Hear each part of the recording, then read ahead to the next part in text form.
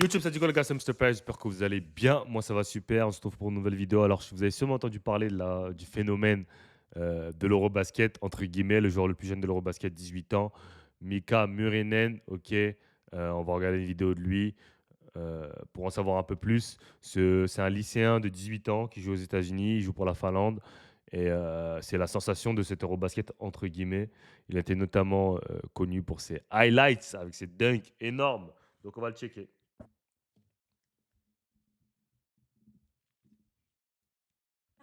Il est correct. Oh, C'est la sensation de l'Eurobasket 2025, Mika Murinan, alias Slim Jesus, âgé de 18 ans. Ce surnom lui a été donné à la fois par les fans et ses coéquipiers. En partie à cause de sa carrure filiforme, en partie à cause de l'assurance et de l'engouement qu'il porte pour le basket finlandais. Et il a déjà attiré l'attention de l'Eurobasket avec des dunks et des tirs à 3 points surhumains face à Nikola Jokic. Pour le contexte, Murin est un ailier de 2,08 mètres avec une envergure de 2,18 mètres. Physiquement, il ressemble à des gars comme Jaren Jackson Jr. ou Jonathan Isaac, mais il se déplace comme un ailier. Il court sur le terrain, monte pour des dunks de folie et bloque des tirs à des distances impossibles, c'est pourquoi les recruteurs le projettent déjà comme un choix du top 10 en 2027. Puisqu'il est finlandais, il est également naturel que les gens le comparent à Larry Markin. Mais comme l'a Mais de base, moi, quand je l'ai vu, je pensais que c'était le frère de Lauri Markkanen. Parce que moi, je l'ai déjà vu en high school, hein, ce joueur. Je l'avais vu avant, même l'Eurobasket. Et mais bon, voilà. dit Larry, Minanin est bien plus athlétique. Il est vraiment athlétique.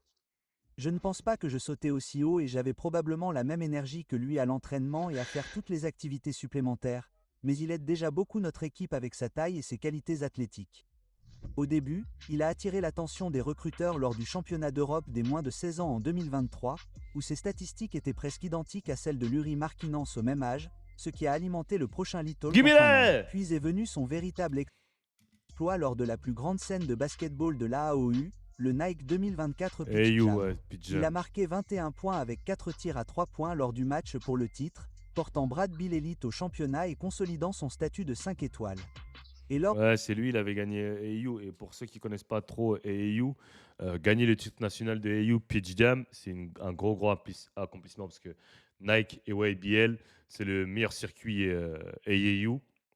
Et Pitch Jam, c'est le tournoi final. Et donc, c'est la finale, en fait, du, du- de ce tournoi AU. Ok, donc quand tu gagnes Pitch Jam, c'est vraiment que tu as fait un gros taf, tu vois. Et tourner à 21 points sur la finale, 5 stars, c'est un joueur, voilà, c'est un top 10 joueur des États-Unis. Et ça souligne ma question de est-ce que, parce qu'on parle souvent de ouais, les joueurs lycéens, c'est pas du basket, etc. Est-ce qu'un joueur américain lycéen est capable de jouer en pro? Moi, c'est la question que je me pose. Moi, pour moi, la réponse est oui. Les top joueurs américains lycéens, même qu'ils aient 17 ans, 18 ans, ils sont capables de jouer en pro. Que ce soit en Pro A, Pro B, dans le championnat français, ils sont capables de jouer et d'apporter énormément. Quand je vois j'allais dire Laurie Markkanen, Mika Morinen dominer à l'Eurobasket, je peux m'empêcher de me dire qu'il aurait pu jouer en Pro A 25 minutes par match. Mais j'aimerais bien avoir votre avis dans les commentaires.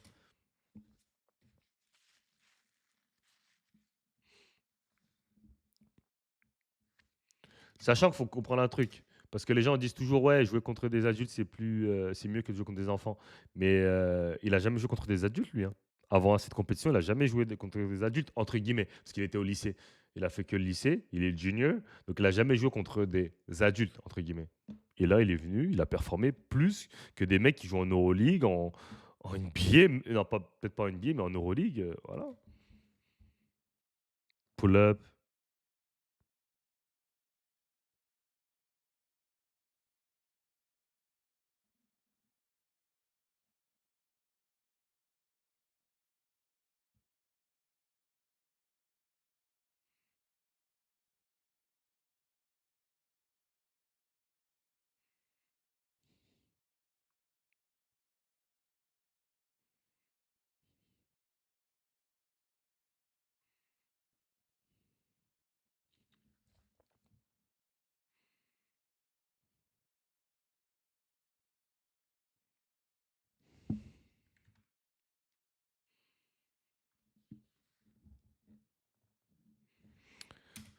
Faut comprendre un truc.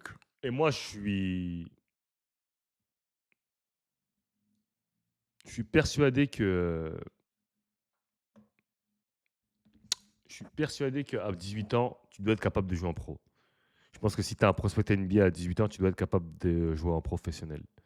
Peut-être pas en NBA, mais dans les ligues professionnelles majeures, tu dois être capable de jouer. Donc c'est pas surprenant pour moi qu'il soit aussi performant, enfin, entre guillemets aussi performant en, à ce niveau-là. Quelques actions le montrent bien.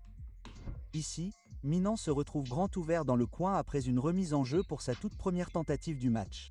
Il rate le ballon, mais ses coéquipiers se démènent pour récupérer le rebond et il le récupère en s'inclinant pour un lay-up difficile contre le centre suédois. Au jeu suivant, la Finlande force une interception. Mernin sprinte sur le terrain, attrape le ballon autour du bloc, Euro passe devant le défenseur et termine par un dunk. Même chose contre la Grande-Bretagne. Il campe dans le coin tandis que Larry Markin exécute un écran glissant en haut, attirant toute l'attention. Son défenseur se fait prendre en train de regarder le ballon. Minan Mhm. s'élance pour une puissante passe latérale arrière, terminant par un dunk couvert. Un moment comme celui-ci montre qu'il sait déjà lire le jeu, se déplacer sans le ballon et se rendre dangereux. Ouais. Une autre chose qui saute aux yeux est la fréquence à laquelle il punit les défenses sur le vers offensif. Encore une fois, contre la Grande-Bretagne, Markin fonce et attire la défense, laissant Murin libre de se faufiler à l'intérieur. Personne ne lui met de corps à terre et il fonce pour un dunk Rebond. propre.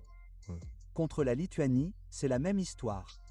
Markin rate un fadeaway midi et Minan passe à plus de 66 Red Savages. Pour faire simple, si vous ne le bloquez pas, Slim Jesus, Lui, il va avec aller au rebond offensif et c'est très important pour les jeunes joueurs. Même moi, avec les joueurs avec qui je travaille, je leur dis, les gars, si vous pouvez aller au rebond offensif, allez-y. C'est les points faciles, c'est les paniers faciles, les rebonds offensifs. Euh, pour tout basketteur, vous savez que des fois, on oublie de faire les box-out. Et si tu es athlétique, tu prends un rebond offensif par match, 2 rebonds offensifs par match, ça fait 4 points de plus sur ta moyenne, hein. ses longs bras et sa verticalité, va vous dépasser dans ces situations. Mais c'est en transition qu'il se transforme vraiment en machine à marquer des points. Avec ses longues foulées, chaque contre-attaque est une occasion de faire quelque chose de fou. Il n'a joué que 3 minutes contre le Monténégro, mais a quand même trouvé le moyen de laisser une trace. La Finlande effectue une contre-attaque rapide. Minan récupère le ballon au milieu du terrain, fait 2 grands pas directement vers le défenseur et s'ajuste en l'air pour terminer le lay-up. Ce n'est pas la meilleure lecture de Mika ici, mais cela montre vraiment sa fluidité et sa capacité à s'adapter après le contact. Contre la Géorgie en quart de finale, c'est une contre-attaque à 3 contre 2. Markin tient le ballon tandis que Minan fait déjà signe pour un lob depuis le milieu du terrain. Larry le lance et Min termine avec un dunk inversé. Puis le match contre la Serbie nous a probablement donné l'exemple le plus clair de la rapidité avec laquelle il couvre la distance. La Finlande sécurise le rebond et Minan est le premier homme à s'élancer sur le terrain. Personne ne revient à temps. Il l'attrape dans la foulée et Franchement, fait son un sac dunk à à dos, 2 là, mains. son sac à dos, il est savage, hein. Puis il y a ce jeu de dingue contre la Lituanie. Il lit une passe paresseuse, l'intercepte, décolle en transition et la renvoie pour un dunk à une main ridicule. Et enfin, celui avec lequel j'ai commencé la vidéo est peut-être le plus fou.